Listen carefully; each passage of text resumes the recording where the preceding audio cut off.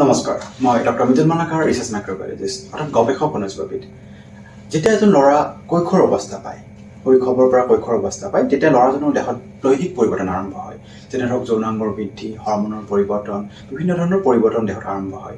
আৰু living behaviour, যিহেতু living behaviour যদি ভাল নাথাকে, তেতিয়াহ'লে লিভিং বিহেভিয়াৰ পৰিৱৰ্তনৰ ফলত এই ল'ৰাজন বা কৈশোৰজন আপোনাৰ বা যৌৱন অৱস্থালৈ স্বপ্নদোষত ভোগাৰ সংখ্যা থাকে, নাইটফলত ভোগাৰ সংখ্যা থাকে। আজি আমি এই বিষয়ে আলোচনা কৰিম কি কাৰণত এগৰাকী ব্যক্তি, এগৰাকী কৈশোৰ বা এগৰাকী যুৱক স্বপ্নদোষত বা নাইটফলত ভুগিব পাৰে। এনেকুৱা সমস্যা নহ'বলৈ কি কৰা উচিত, আজি আমি এই সকলো বিষয়ে আমি আলোচনা কৰিম। আহক আজি এই ভিডিঅ'টো আৰম্ভ কৰোঁ।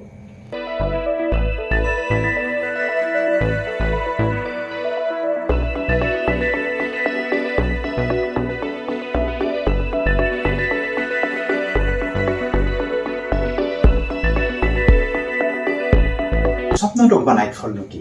যেতিয়া এগৰাকী ব্যক্তিয়ে, এগৰাকী পুৰুষে ৰাতি শোৱাৰ সময়ত বা সপোনত আপোনাৰ যৌন সম্বন্ধীয় দৃশ্য কিছুমান দেখি আপোনাৰ দেখাৰ ফলত গুপ্তাংগত উত্তেজনা আহে আৰু শুক্ৰাশয়ত বীৰ্য জমা হয়, নিজে নিজে ওলাই আহে, কোনো ধৰণৰ এক্টিভিটি নকৰাকৈ, কোনো ধৰণৰ যৌন এক্টিভিটি নকৰাকৈ নিজে নিজে ওলাই আহে, তেতিয়া আমি সেইটো স্বপ্নদোষ বুলি কওঁ। সাধাৰণতে এই নৰ্মেলি কি হয়, বয়স বঢ়াৰ লগে লগে বা কৈশোৰ অৱস্থা যদি হয়, কম বয়সত হয়, বয়স বঢ়াৰ লগে লগে ঠিক হৈ আহে। কিন্তু যদি বাৰে বাৰে হয় এনেকুৱা সমস্যা, তেতিয়াহ'লে চিন্তাৰ বিষয়। এনেকুৱা সমস্যাৰ ধৰণে কি হয়, কি কাৰণ হ'ব পাৰে, যেতিয়া যৌন গতিবিধি যদি নহয়, যৌন এক্টিভিটি যদি নহয়, সেইটো কাৰণ হ'ব পাৰে।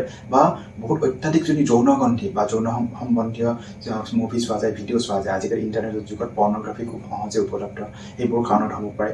বা যৌনাংগত অতিমাত্ৰা যদি অত্যাধিক উত্তেজনাৰ কাৰণে হ'ব পাৰে। বা মানে স্খলন যদি হয়, অপৰ্যাপ্ত স্খলন যদি হয়, তেতিয়া হ'ব পাৰে। ৰাতি যদি ফুল ব্লেডাৰত শুৱে, যদি অৰ্থাৎ শোৱাৰ আগতে যদি পেচাব কৰি নাহে, ব্লেডাৰত যদি পেচাব জমা হৈ থাকে, তেতিয়া হ'ব পাৰে। ফিজিকেল এক্টিভিটি যদি একদমেই নকৰে, অৰ্থাৎ ফিজিকেল ইনএক্টিভিটিৰ কাৰণে হ'ব পাৰে। যদি ব্যক্তিগৰাকী খুব ইনএক্টিভ, খুব এলোৱা, ফিজিকেল এক্টিভিটি নকৰে একেবাৰে, আৰু যদি ছেক্স হৰমন ছাপ্লিমেণ্ট গ্ৰহণ কৰে, তেতিয়া হ'ব পাৰে। ছেক্স হৰমন ছাপ্লিমেণ্ট গ্ৰহণ কৰাৰ ফলত বা মেদবহুলতাৰ কাৰণে হ'ব পাৰে।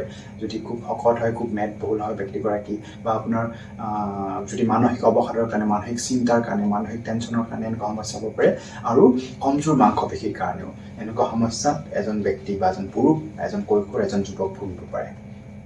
এনেকুৱা সমস্যা নহ'বলৈ আপুনি মছলাযুক্ত খাদ্য যদি খোৱা অভ্যাস আছে, মছলাযুক্ত খাদ্য আপুনি ত্যাগ কৰক। আপুনি ৰাগীয়া দ্ৰব্যসমূহ ত্যাগ কৰক। হেল্ডি আহাৰ গ্ৰহণ কৰক, আহজাতীয় খাদ্যসমূহ খাওক, আপোনাৰ হেল্ডি ফুডসমূহ খাওক। আপোনাৰ নিয়মিত ব্যায়াম কৰক, ফিজিকেল এক্টিভিটি কৰক, দৈনন্দিন ব্যায়াম কৰক। আপোনাৰ বিচনাত যোৱাৰ আগত, আপুনি ৰাতি শুব যোৱাৰ আগতে পেচাব কৰি উঠি আপুনি খোৱাৰ এটা অভ্যাস কৰি লওক। ৰাতি শোৱাৰ আগে পেচাব কৰি আহিব।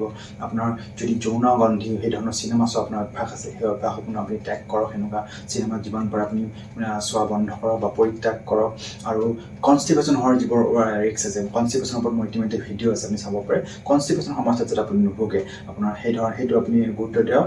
আৰু আপোনাৰ ভাল আপোনাৰ কিতাপ পঢ়িব। আপোনাৰ যদি আপোনাৰ টেষ্টষ্টেৰন ছাপ্লিমেণ্ট লোৱা অভ্যাস আছে, সেই ছাপ্লিমেণ্ট আপুনি কমাই আনক বা চিকিৎসকৰ পৰামৰ্শ নোহোৱাকৈ আপুনি টেষ্টষ্টেৰন ছাপ্লিমেণ্ট আপুনি গ্ৰহণ নকৰিব। আৰু আপোনাৰ ৰাতি শোৱাৰ আগত আপুনি ভাল গান শুনি হোৱা এটা অভ্যাস কৰি ল'ব পাৰে। দেখিব এই সমস্যা আপোনাৰ কমি আহিছে। আজিলৈ এইখিনিয়ে।